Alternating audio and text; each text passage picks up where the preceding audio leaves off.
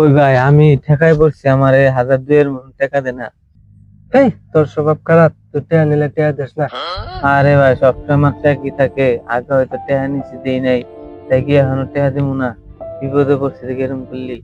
হরে ঠিকই কইছ, মানুষের সবসময় একে থেকে না, যাই বিপদে পড়ছ নিয়ে যা। ভাই টাকা দিয়ে মেলা উপকার করলি রে, থাক জায়গা।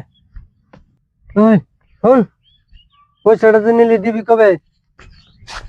আরে কালকে দিয়ে দেবো তোর টাকা।